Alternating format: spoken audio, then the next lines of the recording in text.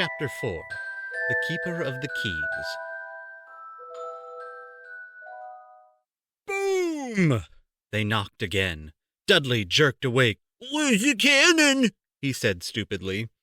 There was a crash behind them, and Uncle Vernon came skidding into the room. He was holding a rifle in his hands.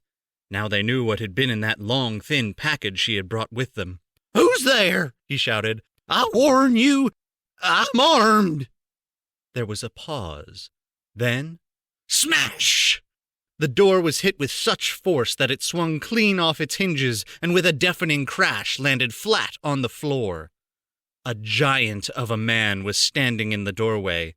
His face was almost completely hidden by a long, shaggy mane of hair and a wild, tangled beard, but you could make out his eyes, glinting like black beetles under all the hair.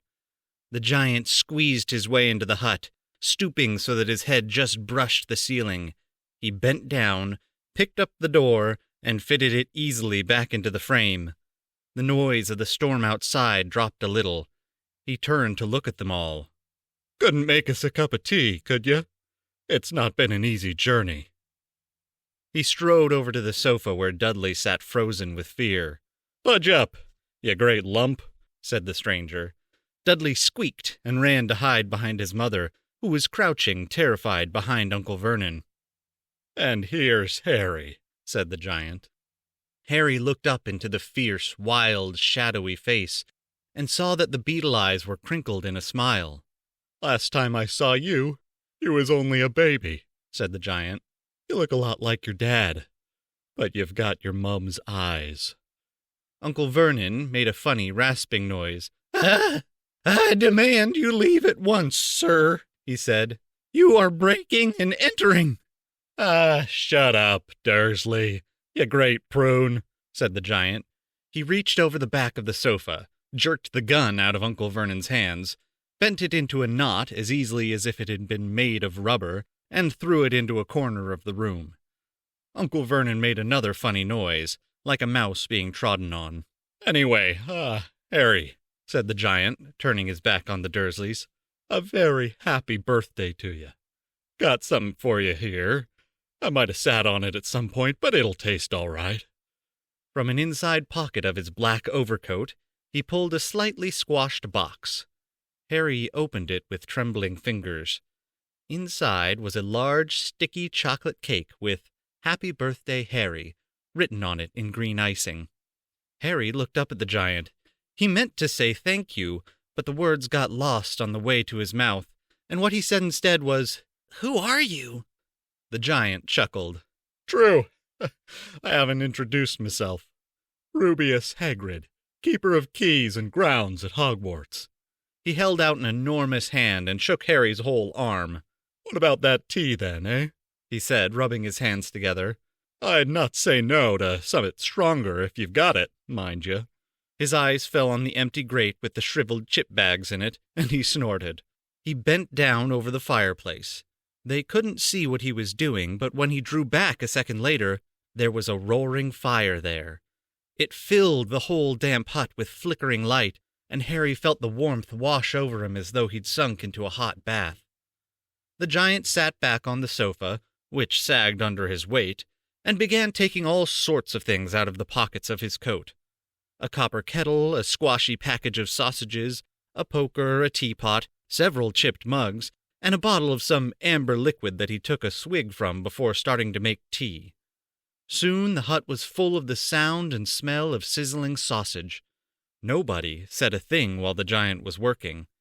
But as he slid the first 6 fat, juicy, slightly burnt sausages from the poker, Dudley fidgeted a little. Uncle Vernon said sharply, "Don't touch anything he gives you, Dudley." The giant chuckled darkly. "Your great puddin' of a son don't need fattening any more, Dursley. Don't worry."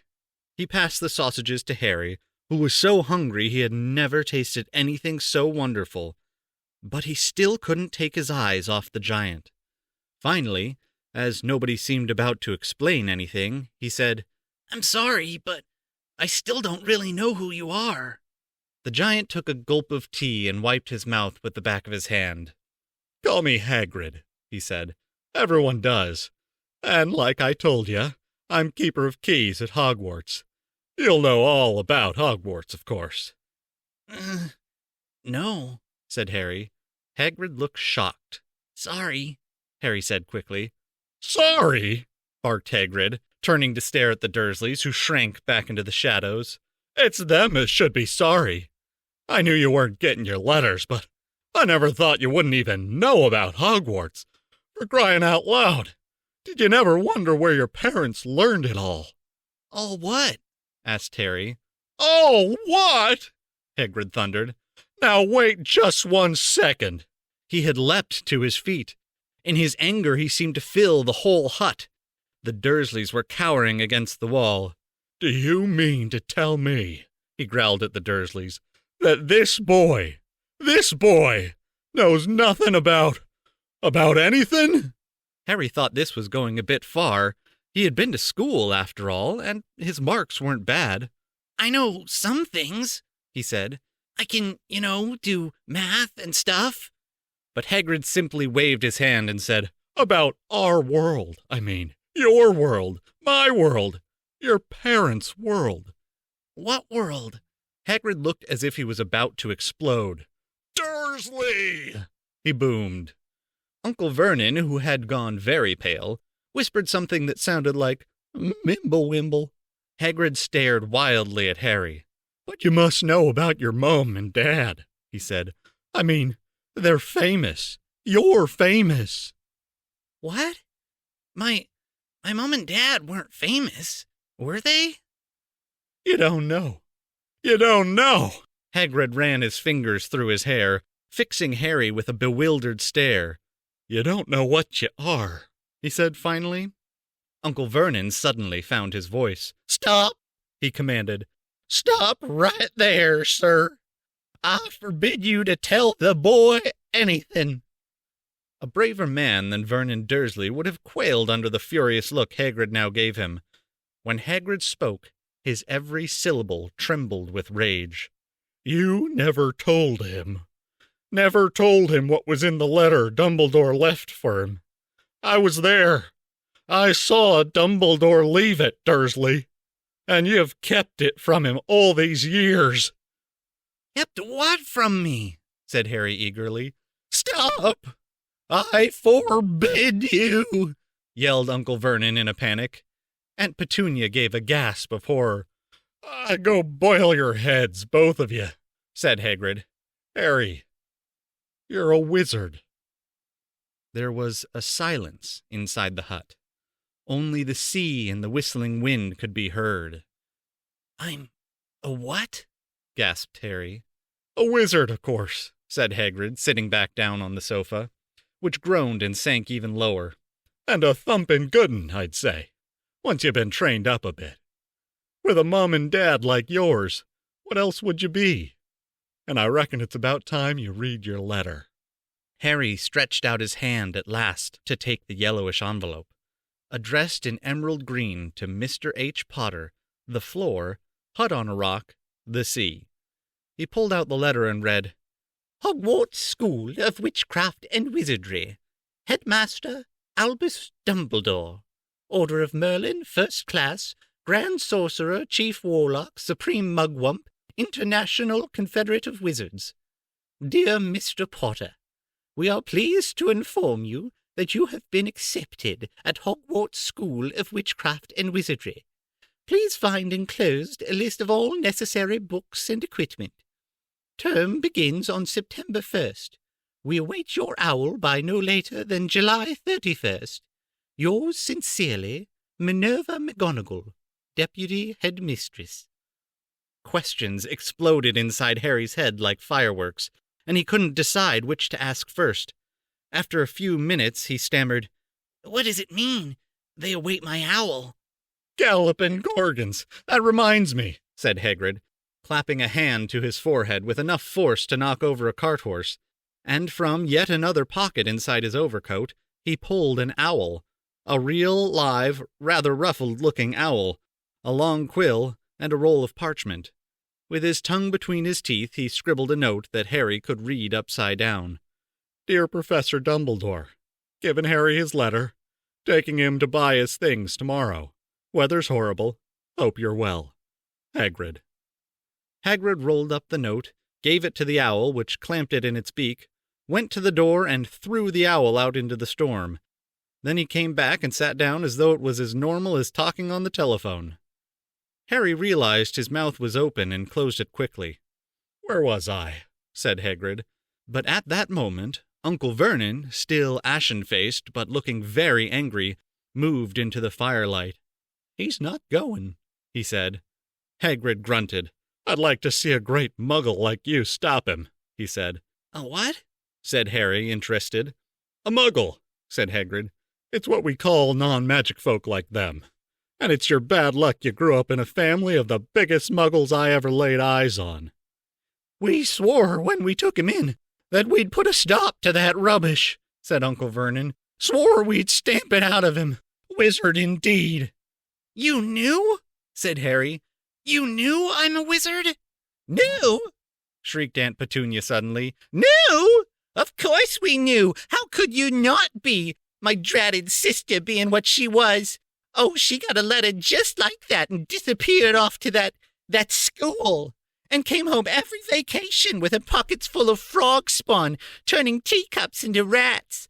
I was the only one who saw her for what she was. A freak. But for my mother and father, oh no, it was Lily this and Lily that. They were so proud of having a witch in the family." She stopped to draw a deep breath and then went ranting on. It seemed like she had been wanting to say all this for years. "Then she met that Potter at the school, and they left and got married and had you. And of course I knew you'd be just the same, just as strange, just as abnormal. And then, if you please, she went and got herself blown up, and we got landed with you." Harry had gone very white. As soon as he found his voice, he said, "Blown up? You told me they died in a car crash." "Car crash?" roared Hagrid, jumping up so angrily that the Dursleys scuttled back to their corner. "How could a car crash kill Lily and James Potter? It's an outrage, a scandal. Harry Potter not knowing his own story when every kid in our world knows his name." "But why? What happened?" Harry asked urgently. The anger faded from Hagrid's face. He looked suddenly anxious. "I never expected this," he said in a low, worried voice.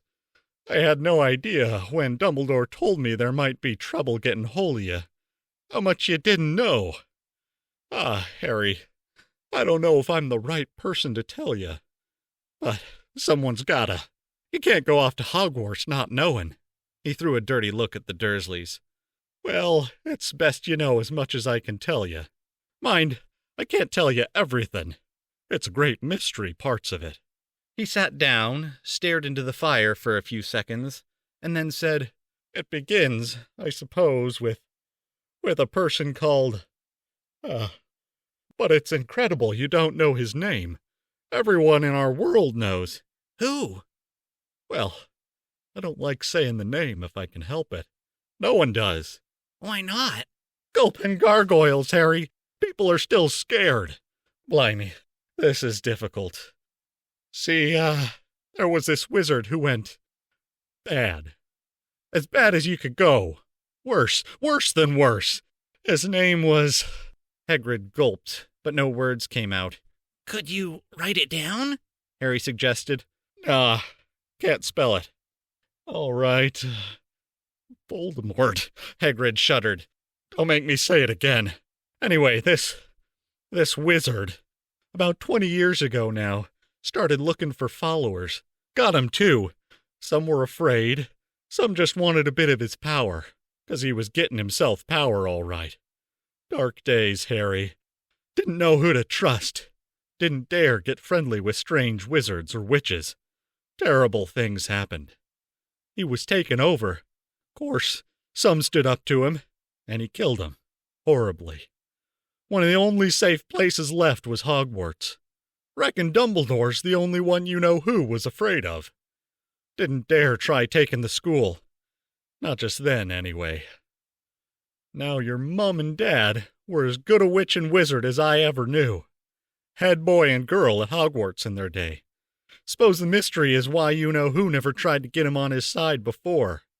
Probably knew they were too close to Dumbledore to want anything to do with the dark side. Maybe he thought he could persuade him. Maybe he just wanted him out of the way.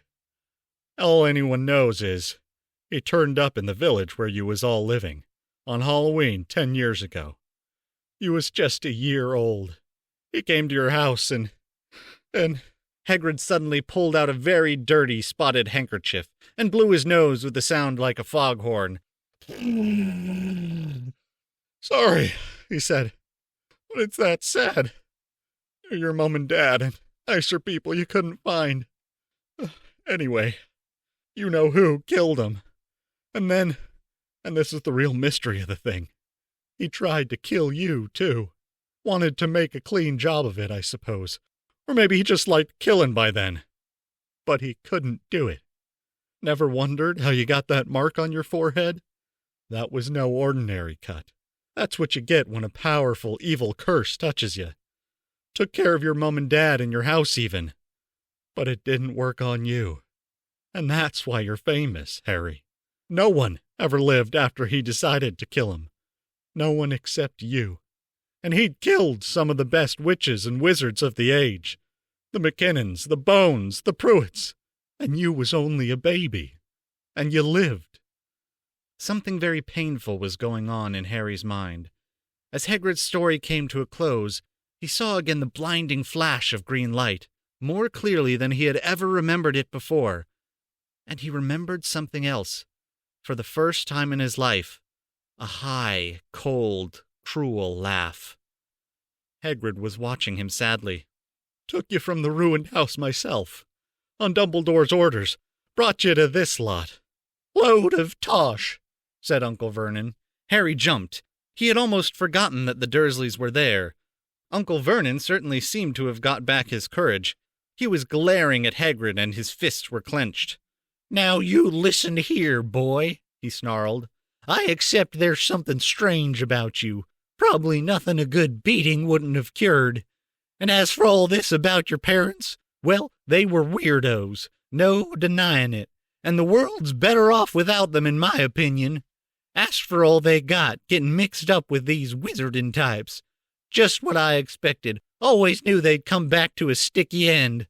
But at that moment, Hagrid leapt from the sofa and drew a battered pink umbrella from inside his coat. Pointing this at Uncle Vernon like a sword, he said, I'm warning you, Dursley. I'm warning you. One more word. In danger of being speared on the end of an umbrella by a bearded giant, Uncle Vernon's courage failed again. He flattened himself against the wall and fell silent. That's better, said Hagrid, breathing heavily and sitting back down on the sofa, which this time sagged right down to the floor. Harry, meanwhile, still had questions to ask. Hundreds of them. But what happened to you know who? Good question, Harry. Disappeared. Vanished. Same night he tried to kill you. Makes you even more famous. That's the biggest mystery, see? He was getting more and more powerful. Why'd he go? Some say he died. Codswallop, in my opinion. Dunno if he had enough human left in him to die. Some say he's still out there, biding his time, like. But I don't believe it. People who was on his side came back to ours. Some of 'em came out of kinda trances. Don't reckon they could have done if he was coming back. Most of us reckon he's still out there somewhere, but lost his powers. Too weak to carry on.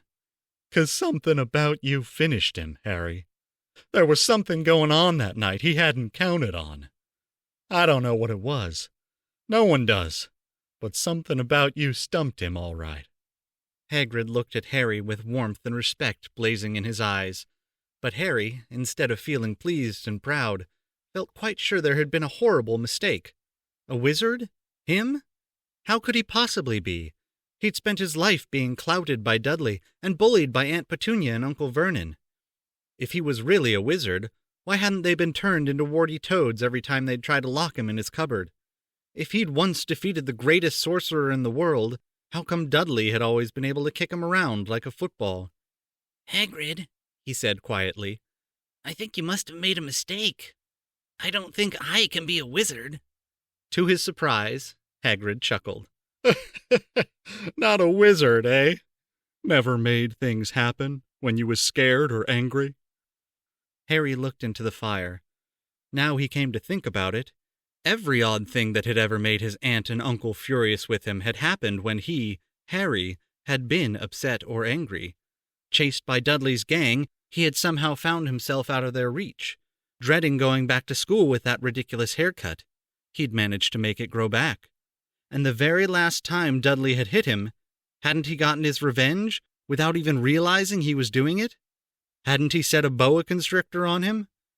Harry looked back at Hagrid, smiling, and saw that Hagrid was positively beaming at him. See? Said Hagrid. Harry Potter, not a wizard. You wait. You'll be right famous at Hogwarts. But Uncle Vernon wasn't going to give in without a fight. Haven't I told you he's not going? He hissed. He's going to Stonewall High, and he'll be grateful for it. I've read those letters, and he needs all sorts of rubbish. Spell books and wands and... If he wants to go, a great muggle like you won't stop him, growled Hagrid. Stop Lily and James Potter's son going to Hogwarts. You're mad. His name's been down ever since he was born. He's off to the finest school of witchcraft and wizardry in the world. 7 years there, and he won't know himself. He'll be with youngsters of his own sort for a change, and he'll be under the greatest headmaster Hogwarts has ever had, Albus Dumbledore. I am not paying for some crackpot old fool to teach him magic tricks, yelled Uncle Vernon. But he had finally gone too far. Hagrid seized his umbrella and whirled it over his head.